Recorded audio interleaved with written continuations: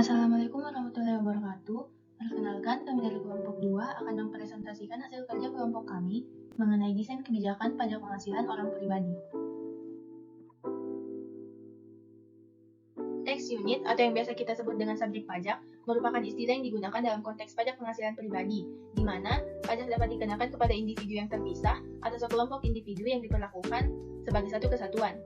Subjek pajak penghasilan orang pribadi didefinisikan dalam dua model. Yang pertama yaitu model orang pribadi. Pada model ini, orang pribadi dianggap sebagai subjek pajak tersendiri yang terpisah dari anggota keluarganya yang lain.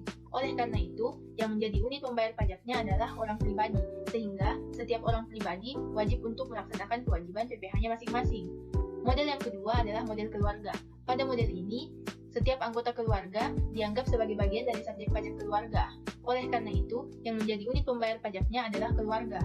Pada model ini, orang pribadi dianggap sebagai satu kesatuan dan menjadi bagian dari keluarganya, sehingga keluargalah yang wajib untuk melaksanakan kewajiban PPh-nya. Tax base itu sendiri merupakan jumlah total pendapatan, properti, aset, transaksi, dan aktivitas ekonomi lainnya yang dikenakan pajak oleh otoritas pajak. Hal ini digunakan untuk menghitung kewajiban pajak seseorang. DPP atau tax base ini dibagi menjadi 3 kategori, yaitu yang pertama, penghasilan dan bisnis, yang kedua konsumsi, yang ketiga kekayaan. Dari masing-masing kategori tersebut dikenakan jenis pajak tertentu. Yang pertama, penghasilan dan bisnis itu dikenakan pajak untuk jenis PPh-OP, PPh badan, PPN, dan lain-lain. Kemudian untuk konsumsi dikenakan jenis pajak PPN, pajak honorarium, pajak penjualan, dan lain-lain. Kemudian untuk yang kekayaan dikenakan jenis pajak yaitu pajak bumi dan bangunan, pajak warisan, dan pajak hibah. DPP PPh 21 merupakan dasar yang digunakan untuk menghitung besarnya PPh pasal 21 terutang. Nah, untuk mengetahui atau mendapatkan dasar pengenaan pajak PPh 21, kita harus terlebih dahulu mengetahui atau menentukan jenis kategori pegawai yang akan dihitung pajaknya. Nah, DPP PPh pasal 21 menurut Peraturan Dirjen Pajak nomor 31/PJ/2009 itu dibagi menjadi 3 kategori, yaitu yang pertama ada pegawai tetap, yaitu pegawai yang mendapatkan penghasilan secara teratur.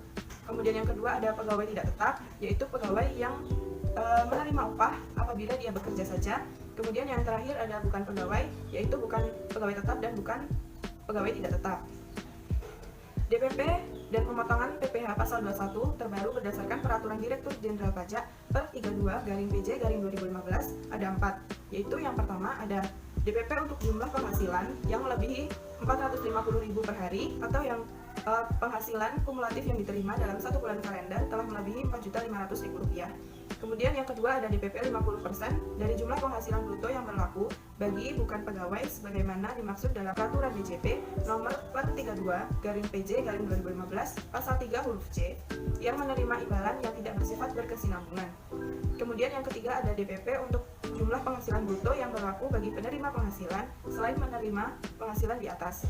Kemudian yang keempat ada DPP dan pemotongan PPh pasal 26 adalah jumlah penghasilan bruto. Deduktibel sendiri merupakan biaya-biaya yang dapat dikurangkan, dibagi menjadi 2, yaitu beban atau biaya yang mempunyai masa manfaat tidak lebih dari 1 tahun dan beban atau biaya yang memiliki masa manfaat lebih dari 1 tahun.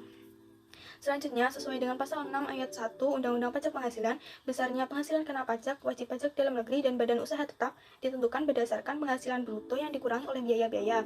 Hal tersebut termasuk yaitu 1. Biaya yang secara langsung atau tidak langsung yang berkaitan dengan kegiatan usaha, dapat berupa biaya pembelian bahan baku, bunga sewa dan royalti. Yang kedua ada penyusutan atas pengeluaran untuk memperoleh harta berwujud dengan masa manfaat lebih dari 1 tahun, sepanjang digunakan untuk mendapat, menagih, serta melihara penghasilan yang berkaitan dengan objek pajak.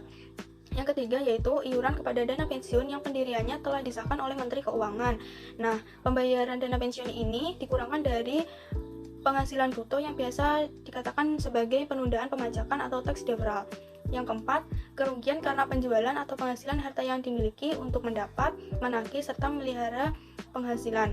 Hal ini dapat dibuktikan dengan adanya pajak penghasilan komprehensif yang mengenakan pajak pada keuntungan atas pengeluaran aset. Yang kelima, ada kerugian selisih kurs mata uang asing.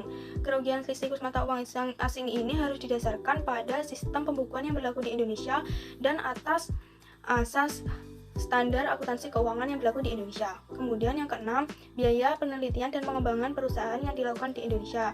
Hal ini ditujukan untuk memajukan penelitian yang berada di Indonesia, dibuktikan dengan adanya biaya litbang. Nomor 7, biaya beasiswa, magang, dan pelatihan. Hal ini dilakukan untuk lebih memajukan untuk pendorongan pencerdasan bangsa. Kemudian, beasiswa ini tidak hanya diberikan kepada pengawal, tetapi juga diberikan kepada mahasiswa atau pelajar sesuai dengan batas dan kewajaran tertentu.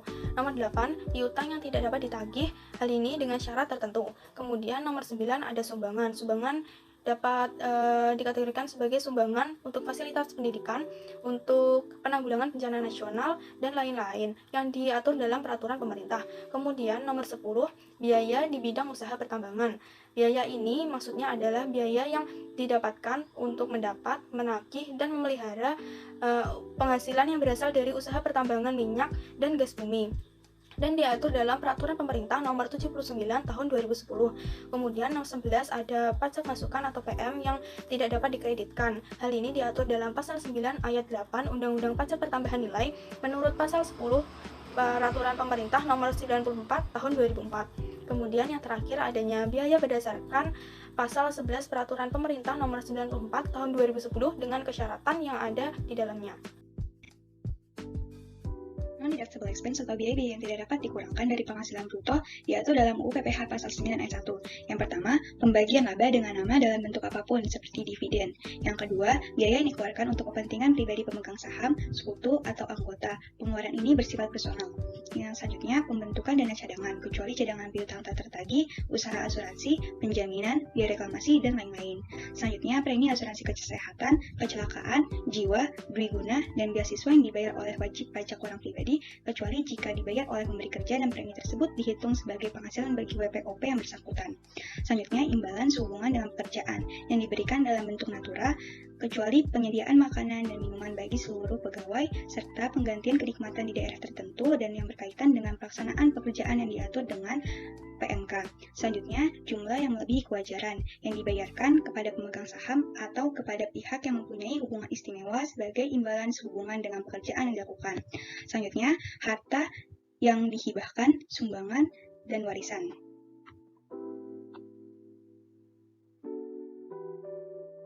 Selanjutnya ada pajak penghasilan yang tidak boleh dikurangkan dari penghasilan kena pajak. Selanjutnya biaya yang dikeluarkan untuk kepentingan pribadi WP atau orang yang menjadi tanggungannya. Selanjutnya gaji yang dibayarkan kepada anggota persekutuan, firma, atau perseroan komanditer yang modalnya tidak terbagi atas saham. Selanjutnya sanksi administrasi berupa bunga, denda, dan kenaikan serta sanksi pidana berupa denda yang berkenaan dengan pelaksanaan peraturan di bidang perpajakan. Selanjutnya pajak masukan atas perolehan BKP atau JKP yang tidak dapat dikreditkan.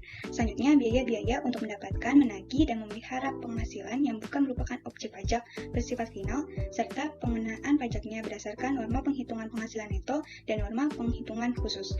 Selanjutnya, PPh yang ditanggung pemberi penghasilan kecuali PPh pasal 26. Selanjutnya, kerugian dari harta yang tidak dimiliki dan tidak dipergunakan dalam usaha.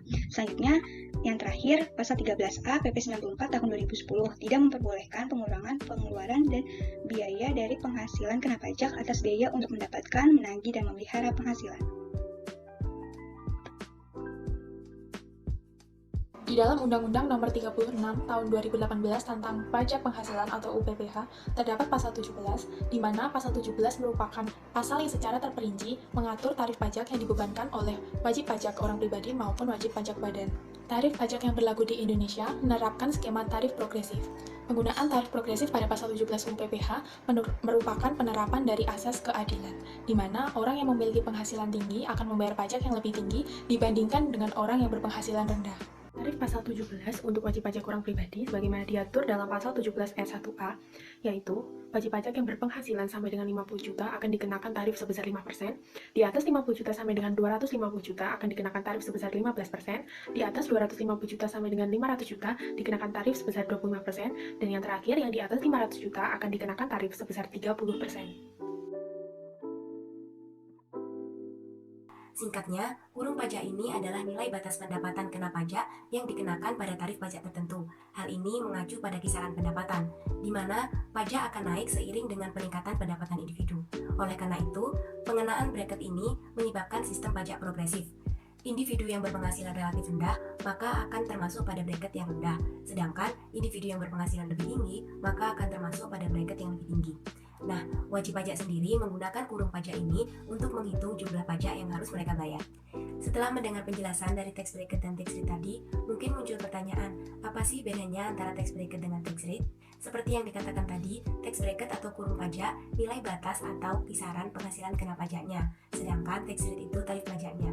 Di Indonesia sendiri, kurung pajaknya mulai dari 0 sampai 50 juta, 50 juta sampai 550 juta, dan seterusnya. Sedangkan tarif pajaknya dimulai dari 5%, 15%, dan seterusnya.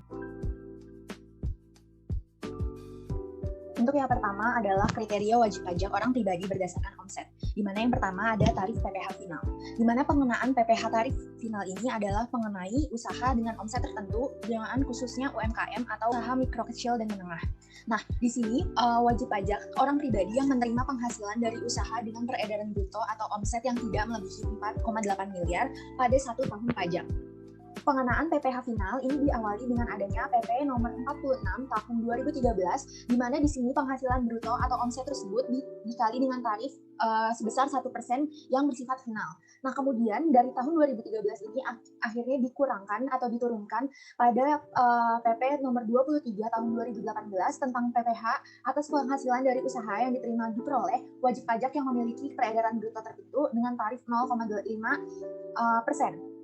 Subjek pajak WPOP ini adalah pada jangka waktu 7 tahun, di mana jika wajib pajak lama itu akan tahun pajak PP yang berlaku. Dan untuk wajib pajak baru itu adalah wajib terdaftarnya pajak tersebut.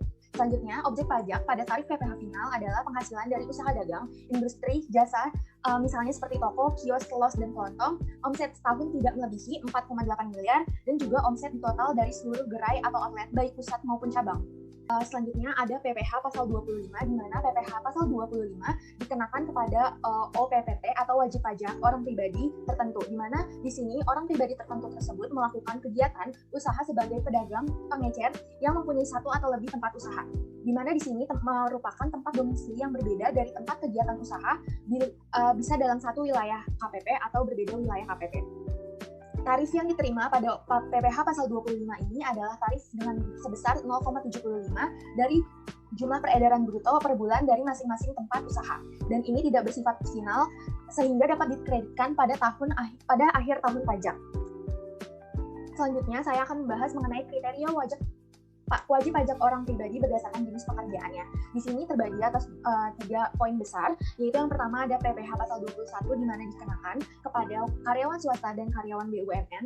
Selanjutnya ada PPh pasal 21 final yang dikenakan kepada pegawai negeri sipil atau PNS, anggota TNI dan Polri.